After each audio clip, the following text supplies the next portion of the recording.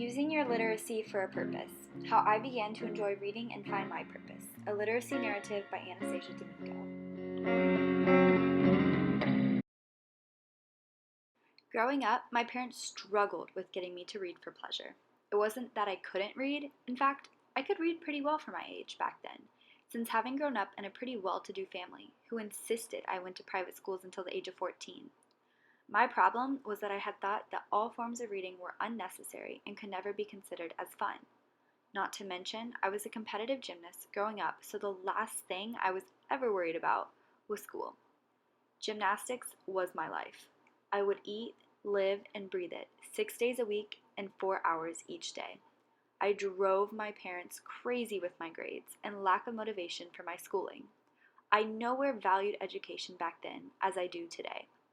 My reading and writing strategies would have been considered lazy.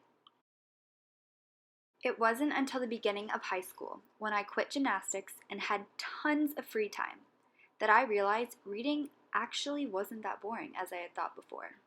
I found myself reading for fun. That is the first instance when I noticed myself changing as a reader and writer.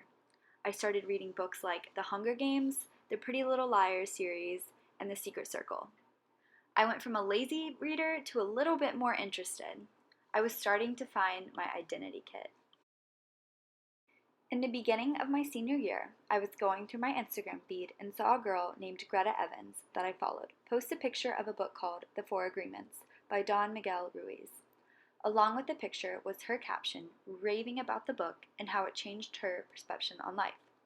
Looking for inspiration at the time, I decided to purchase the book. Greta Evans, I guess, is who I would consider to be my literacy sponsor in this case. Without her posting the picture of the book, my thought process on life would most likely be much different.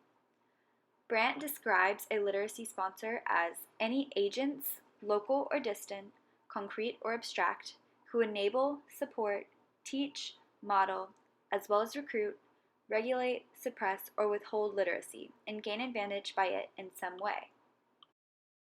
Be impeccable with your word, don't take anything personally, don't make assumptions, and always do your best, were the four agreements Ruiz went in depth in his book.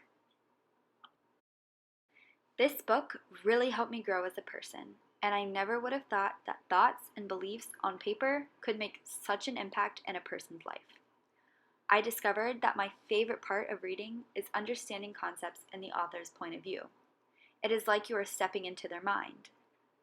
I apply this into my own writing sometimes.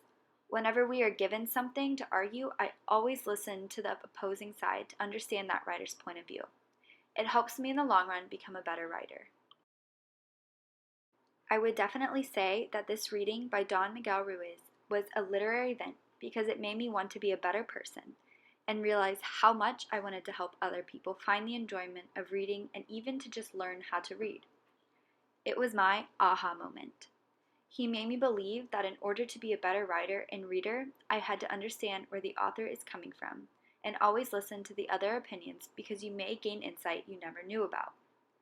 He describes a literacy event as occasions in which written language is integral to the nature of participants' interactions and their interpretive processes and strategies. After I finished The Four Agreements, I started reading The Mastery of Love by Ruiz and plan on reading The Fifth Agreement and many more of his books. They are extremely easy reads and really speak to you.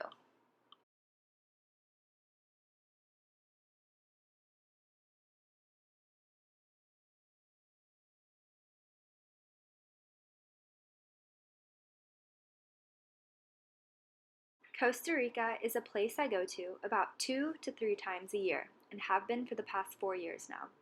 It is my own private Idaho.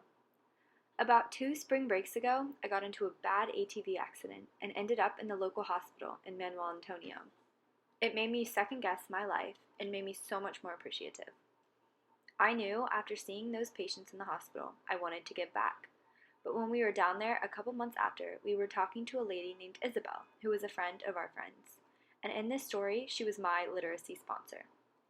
She began to tell us how she volunteered her time at a local orphanage about 3 hours north and how they were in need of donations, even more than the local hospital.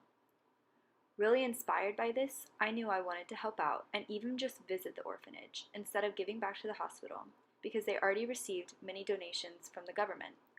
So my family and I helped organize a donation box of used books, toys, clothes, and etc. to give to the kids when we went back in December.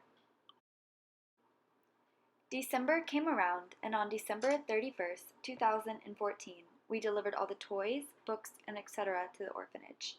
It happened to be an all-girls orphanage right off of the Pan American Highway.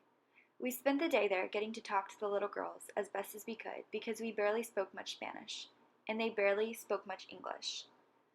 We got to help them learn some English, and they helped us as well. It was fun to read to them, and seeing them following along and learning. Even though I know they would use the books when we left to look at the pictures, it was still fun to interact with their sweet souls and help them engage in reading. I noticed while at the orphanage, the kids drew pictures and would tell stories almost as if they were telling their story or drawing their life. Now that I'm typing this, it made me think back to the reading about Keisha and Troy and how they would write about their current situations or the situations they grew up with. The whole experience at the orphanage is one I know I will never forget. It made me realize how much a simple education we take for granted. They valued reading and writing so much because it was their gateway to be successful after they turned 18. And if they didn't, they could end up on the streets in poverty.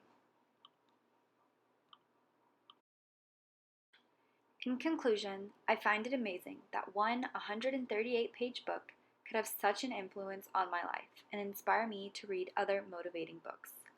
Both concepts have shaped me into the reader and writer I am today. I value education so much more. With each assignment, I try to always complete them to the best of my ability. My mother would always tell me that education is the one thing that no one can take away from you. She was so right. I just wish it didn't take me so long to realize this.